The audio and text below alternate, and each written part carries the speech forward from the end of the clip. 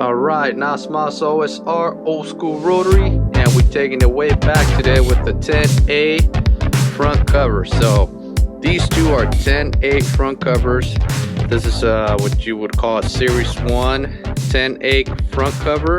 And this would be a Series 2 10A front cover. So right off the bat, you could tell the difference, and that's what I want to get into today. This is the one I purchased from Mazda's Tricks, 1971 10A, but this is a later 10A front cover that has, and we're gonna get more into it, but has the sprocket or the oil pump gear on the front iron, and whereas this one has it on the front cover. So as you guys know, I'm trying to keep my R100 as original as possible. This is the original 10A. Came off the original 10A from the blue R100 that I'm restoring, and this is the Mazda Tricks like I mentioned earlier.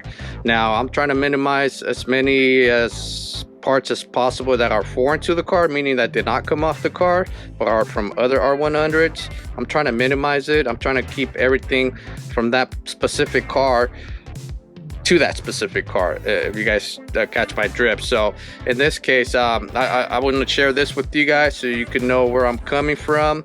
And I'm thinking of using the original front cover because it looks like I could reuse it again, assuming that I don't strip any of these when I take them off. But the front iron on this 10A is gone. I can't reuse it. I will have to use the front iron from this 10A, from the Mazda Tricks 10A that I acquired. So as I was looking deeper into looking to interchange these two, I noticed that this one had more bolts. So this one's got 1, 2, 3, 4, 5, 6, and it's got 2 down here, 7, 8, whereas this one only has 7. So the difference here is these 2 bolts down here. You can probably see it better from up here, but this one's got 2. It's got 1 and 2 down here, whereas this one only has 1 down here. Now Mazda did have I believe it had that's excluding the Cosmo. Obviously the Cosmo back in 67, that's excluding that. But I believe Mazda on the R100 had 3 different, as far as I know, 3 different types of 10As. Maybe you guys know more about that, and if you do, just go ahead and comment. But this one sits in between the 3 that I know of. And obviously that's excluding the RX3 that came with the 10A as well. I'm just focusing on R100s. So this will be the last production 10A for the R100. This is in the middle. And there's another one that I won't have with me, but it is on my Series 1 R100. Now my Series R100, that 10A engine still installed in there. I'm trying to make time and plans on pulling that 10A out so I could show you guys the difference between an actual Series 1 and this is like a Series 1 / Series 2. Now the reason why I say that's because the front iron on this one doesn't have the bolts going all the way through, and you torque them down. It's got like some nuts and you torque them down from the front. So a lot of people think that's like a new idea, especially for those guys that are boosting or have a turbo setup, and you know they go that route just to keep them from twisting. But the real early Series 1, which I have in my car, Mazda had thought about that a long time ago, so it's nothing new. But anyway, I just wanted to let you guys know that, you know, little trivial story there. But my main focus right now is on the blue R100, not the Series 1, and I'm just trying to see what works with these two. So for now, it looks like I'm gonna have to plug this one up because, let me turn it here. All right, I went ahead and turned these two over here. So as you can see right off the bat, the oil pump drive gear, it's on the front cover. On this 10A, it's not on the front cover. So this is like the last 10A production that Mazda decided to go with. I guess they were still trying to figure out which route to go, and this is what I mean by have to plug this one up. So it's got this extra bolt here, and this is an oil gallery. Now if you look at this one does not have the extra bolt because there's no need to have a bolt here because there's no oil gallery here. And this oil gallery here, it goes all the way through all the irons. So it'll go through the front iron, it'll go through the front iron, it'll go through the front rotor housing, center iron, rear rotor housing, and rear iron.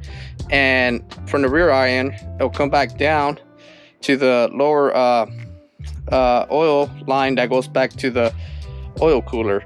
So it just does a circle, and it's basically just to keep the